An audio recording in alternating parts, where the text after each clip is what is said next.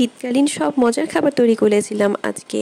সিমের বিচি, লাল শাক, পুঁই শাক, খুব ভালো লাগে আমার এই খাবারগুলো খেতে।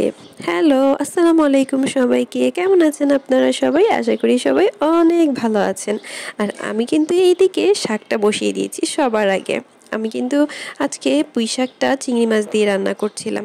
চিংড়ি মাছগুলো বেছে ডিপ ফ্রিজে রেখে দিয়েছিলাম, এই কারণে কালারটা দেখেন কেমন হয়ে গিয়েছে, বাট ভাজার পরে কিন্তু ভালোই লেগেছে খেতে। তো আমি এটা তেলের মধ্যে পেঁয়াজ দিয়ে চিংড়ি মাছগুলো দিয়ে ভেজে নিচ্ছিলাম। তারপরে একে একে মশলাগুলো দিয়ে নেব। এই যে মশলাগুলো দিয়ে খুব সুন্দর মতো কষিয়ে নিচ্ছিলাম। কষানো হয়ে গেলে এখন আমি শাকগুলা দিয়ে মাছ ঢেকে দিব। এই যে দেখেন কিভাবে করে আমি শাক দিয়ে মাছ ঢেকে দিই, তাহলে কিন্তু মাছগুলো আর দেখা যাবে না। প্রথমে কিন্তু শাকগুলা অনেক মানে বেশি থাকে পাতিলাতে, তারপরে যখন পানি ছেড়ে দেয় তখন কিন্তু একদম শুকিয়ে যায়। আর এই পাশে কিন্তু আমি সিমের বিচিগুলো বেছে নিচ্ছিলাম। এই যে সিমের বিচি বাছাও হয়ে গিয়েছে। খুব ফাস্ট কাজ করে ফেলেছি আজকে আপনাদের জন্য। যেহেতু আমি ভিডিওটা বানাচ্ছিলাম অনেক বড় হয়েছিল, সেটাকে শর্ট করে কিন্তু এই টেনে নিয়ে এসেছি খুব জলদি করে, যেন আপনারা শর্ট টাইমে আমার পুরো ভিডিওটা দেখতে পারেন। আর এইদিকে আমি পেঁয়াজগুলো ভেজে এর মধ্যে টমেটো দিয়ে দিয়েছি। টমেটো দিয়ে আজকে সিমের বিচি রান্না করব মাছ দিয়ে। তো আজকে আমি পাবদা মাছগুলো ভেজে নিয়েছিলাম অন্য চুলায়, সেটার ক্লিপ নিইনি যেহেতু ভিডিওটা অনেক বেশি বড় হয়ে যাবে। আর এদিকে দেখেন শাক যখন এই যে পানি উঠে গেল তখন কিন্তু একদম নিচের দিকে চলে গিয়েছে।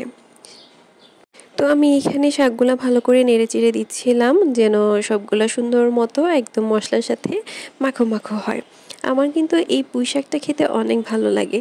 একদম কষ্ট করে চাবাতেই হয় না, মনে হয় যে মুখে নিলেই একদম গিলে ফেলা যায়। আর এই যে এইদিকে কিন্তু মশলাটাও কষানো হয়ে গেছে। যেহেতু টমেটোটা দিয়েছি, টমেটো কিন্তু সিদ্ধ হতে একটু সময় লাগে, এই জন্য আমি আগে টমেটোটা সিদ্ধ করে নিলাম। আর সিমের বিচি কিন্তু সময় লাগবে না। তো এখন আমি দিয়ে দিলাম সিমের বিচি দিয়ে আর একটু সময় নিয়ে আমি কষিয়ে নিব, যেহেতু আমি এটা খুব মাখোভাবেই বানাবো।